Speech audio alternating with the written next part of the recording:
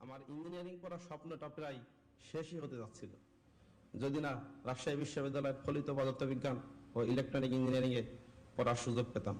কেননা অর্থের অভাবে কেবল রাজশাহী বিশ্ববিদ্যালয় ছাড়া অন্য কোথাও ভর্তি ফর্ম তুলতে পারিনি। বিশ্ববিদ্যালয় প্রথম বর্ষে পড়ার সময় মাঝে মধ্যেই আমার ভাইয়ের সাথে আমাকে রাজমিস্ত্রির কাজে যেতে হতো। প্রাইভেট টিউশনি না পাওয়া পর্যন্ত প্রথম বর্ষের বেশিরভাগ সময় আমি সকালে নাস্তা করতে পারিনি। ফলে 15 টাকায় দুপুরের খাবার এবং 12 টাকায় রাতের খাবার, এই মোট 27 টাকায় আমার দুবেলা খাবারের খরচ মিটত। রাতের খাবার থেকে পরদিন দুপুর পর্যন্ত প্রায় 18 ঘন্টা না খেয়ে থেকে আমার মনে আছে ল্যাব থেকে আসার সময় ক্ষুধায় বাঁকা হয়ে যেতাম আমি। মাননীয় প্রধানমন্ত্রী, এমন একটা অনিশ্চিত জীবন থেকে উঠে এসে আজকে আপনার সামনে কথা বলার সুযোগ পেয়েছি বলে পরম করুণাময় মহান আল্লাহর নিকট লাখো কোটি শুকরিয়া।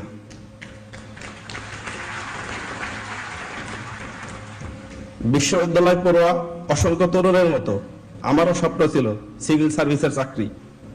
মাননীয় প্রধানমন্ত্রী, সরকারি চাকরি প্রাপ্তিতে আপনি মেধাকে সর্বোচ্চ অগ্রাধিকার দিয়ে নিরপেক্ষতা, স্বচ্ছতা ও যোগ্যতার মূল্যায়ন নিশ্চিত করেছেন। ফলে 40তম বিসিএস পরীক্ষায় উত্তীর্ণ হয়ে প্রজাতন্ত্রের কর্মচারী হিসাবে জনগণের সেবায় নিয়োজিত হবার সুযোগ পেয়ে মাননীয় প্রধানমন্ত্রী আপনাকে জানাই আন্তরিক কৃতজ্ঞতা। কিন্তু এখানেই গল্পের শেষ নয়। 2020 সালের আগস্ট মাসের 3 তারিখে আমার প্রথম চাকরিতে যোগদানের দিনই আব্বার ফুসফুসে ক্যান্সার ধরা পড়ে। এর 2 মাস আগে করোনা আক্রান্ত হয়ে আমার ভগ্নিপতি মারা যান।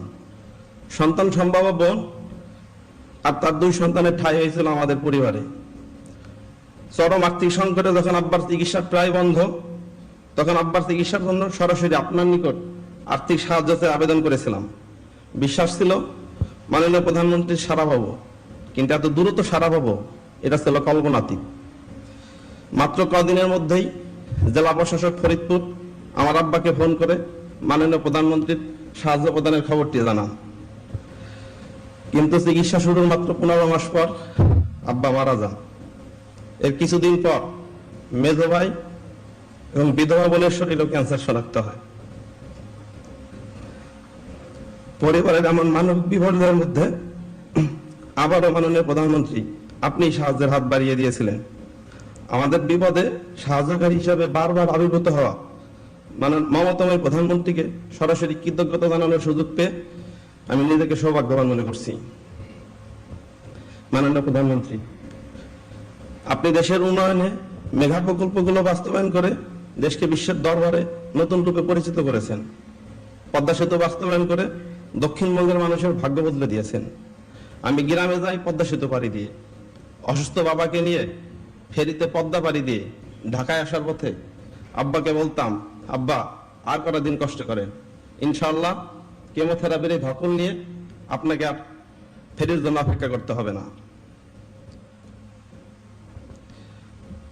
এখন চোখে সেই প্রমত্ত পদ্মা এখন চোখের পলকে পার হয়ে যাবার সময় আমি অনুভব করতে পারি আপনি কিভাবে দেশের মানুষের চিরায়ত দুঃখের গল্পগুলোকে আনন্দের আখ্যানে পরিণত করেছেন।